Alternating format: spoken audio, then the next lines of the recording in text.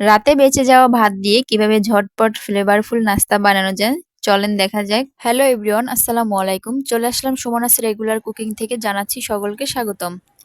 তো প্রথমে আমি এখানে কিছু জিনিস কেটে নিয়েছি। প্রথমে হচ্ছে যে গাজর, ধনিয়া পাতা, টমেটো, তেজপাতা এবং পেঁয়াজ, কাঁচামরিচ, সাথে একটা ডিম। তো এগুলো আমি পরিষ্কার করে কেটে নিয়েছি। তো এখানে আমি আ রাতে বেঁচে যাওয়া ভাত ছিল, এগুলোকে ভালো করে পরিষ্কার করে পানি ছেঁকা দিয়েছি। তো পানি ছেঁকে রেখে এখানে আমি একটা কড়াই দিয়েছি। কড়াইতে আমি পরিমাণ মতো তেল দিব। তেলটা গরম হয়ে গেলে আমি এখানে তেজপাতাটা দিয়ে দিব। তো সাথে আমি পেঁয়াজ দিব। পেঁয়াজ এবং তেজপাতাটা একটু গরম হয়ে আসলে এখানে আমি সাথে হচ্ছে যে গাজরটাও দিয়ে দিব। গাজর এবং পেঁয়াজ ভালো করে আ ইয়ে করব, ভাজি করব। তো এটা যাতে লাল না হয়ে যায়, সাথে আমি কাঁচামরিচটাও দিয়ে দিব। এটা হালকা, হালকা লাল, লাল হয়ে গেলেই আমি এখানে কিছুটা পরিমাণে হলুদ দিব। সামান্য পরিমাণে হলুদ দিব। হলুদ এবং লবণ দিব স্বাদ অনুযায়ী। লবণ, হলুদ ভালো করে মিক্স করে কিছুক্ষণ হালকা ভাজি করে নিব, হলুদের গন্ধটা মানে চলে যাওয়ার জন্য।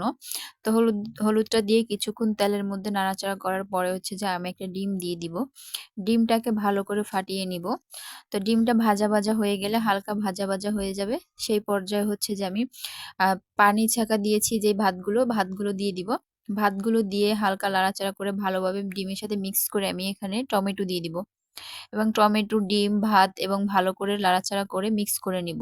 মিক্স করা হয়ে গেলে এই পর্যায়ে আমি ধনিয়া পাতাটা ব্যবহার করব এখানে। ধনিয়া পাতাটা দিয়ে কিছুক্ষণ আমি আ ঢিম করে রেখে দিব। লো হিটে জাল করব। তো লো হিটে জাল করে হয়ে গেলে পানিটা একদমই শুকিয়ে যাবে। কোনো পানি থাকবে না, ঝরঝরা হয়ে যাবে।